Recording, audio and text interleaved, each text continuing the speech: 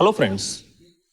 Of late, it has become an intellectual tradition to pit one national leader against another national leader for partisan, intellectual, academic, or political gains.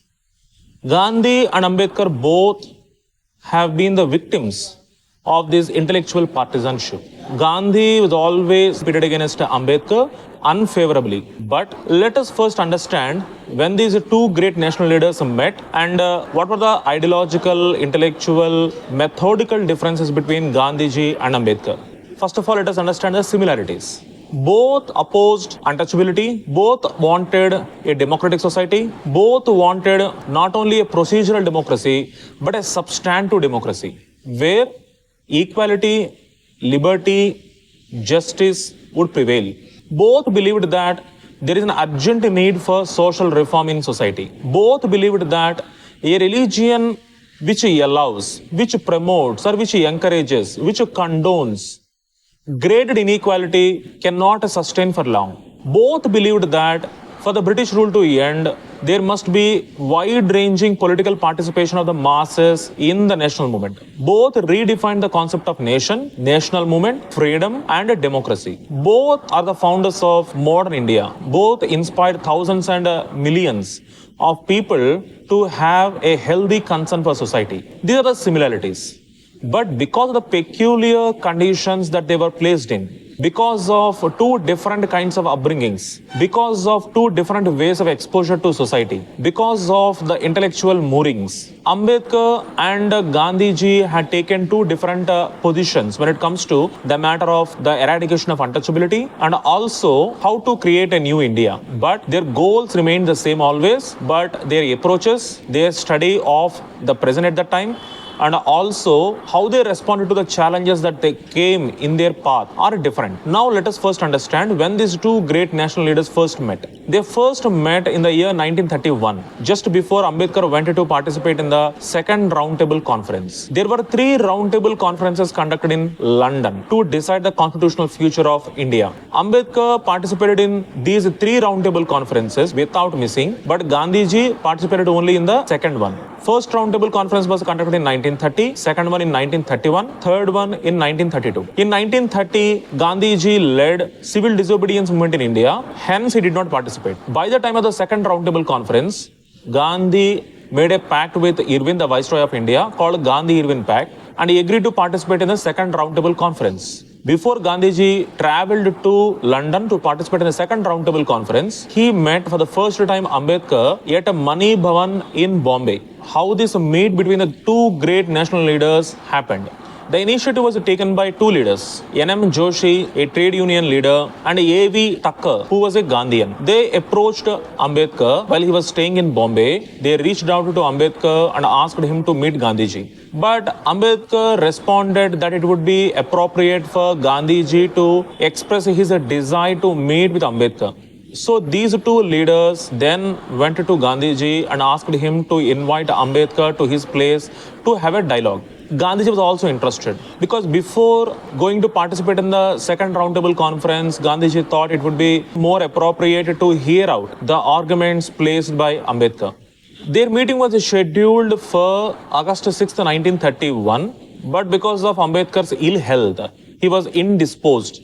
So the meeting finally happened on August 14th, 1931. Ambedkar first of all thanked Gandhiji for inviting him for a discussion and also for taking up the issue of untouchability before anybody else in the Congress and made it one of the central planks of Congress program.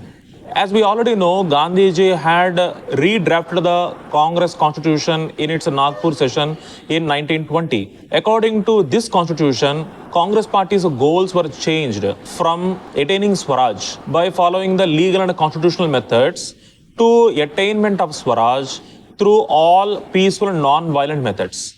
Among the other changes made by Gandhiji to the Congress constitution at Nagpur session in 1920, the eradication of untouchability and other forms of discrimination was also made an important issue. Ambedkar thanked Gandhiji for this.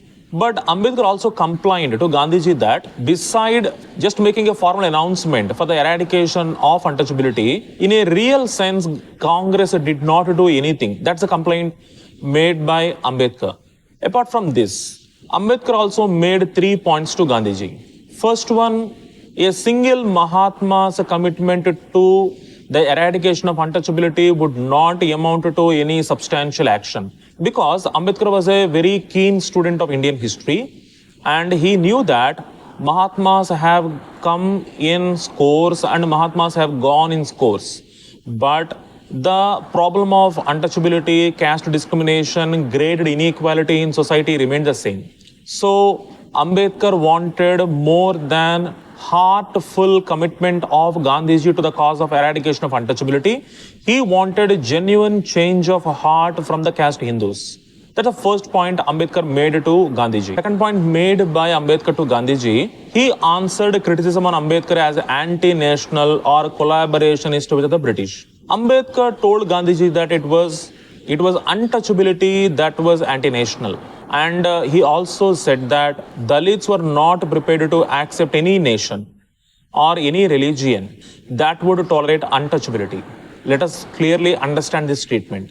Nationalism for Ambedkar would only be worthy of its name if such a nation would give equal opportunities, place and status to all sections of society, especially its most downtrodden, marginalized and discriminated. In the same way, that religion would be worthy of following, that would treat all its followers as equals. That's a very profound statement given by Ambedkar to Gandhiji. Ambedkar also made a third point, that it would be in the interest of the Dalits to politically separate themselves from the upper caste Hindus to demand for separate electorate. Let us understand this statement. Ambedkar did not want at that time Dalits to religiously become separate from Hindu religion, because Ambedkar believed at that time still that the problem was mainly political. Because of the lack of political participation and political representation only, the problem of untouchability was continuing for long. Ambedkar told Gandhiji that political separation by the means of granting separate electorate for the Dalit community would go a long way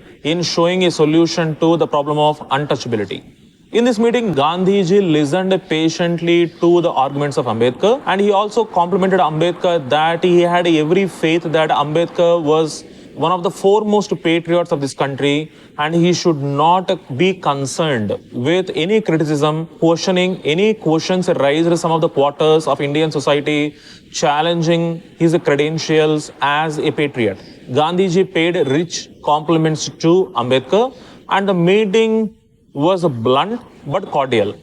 Both expressed their innermost feelings and opinions without any hindrance, and they parted as two national leaders trying to understand each other's mind. That's how the first meeting of Gandhiji and Ambedkar was concluded. In the next videos, we will also discuss about how Ambedkar and Gandhiji and their politics and their ideas interspaced with each other, and how they shaped the modern Indian nation. Thank you very much.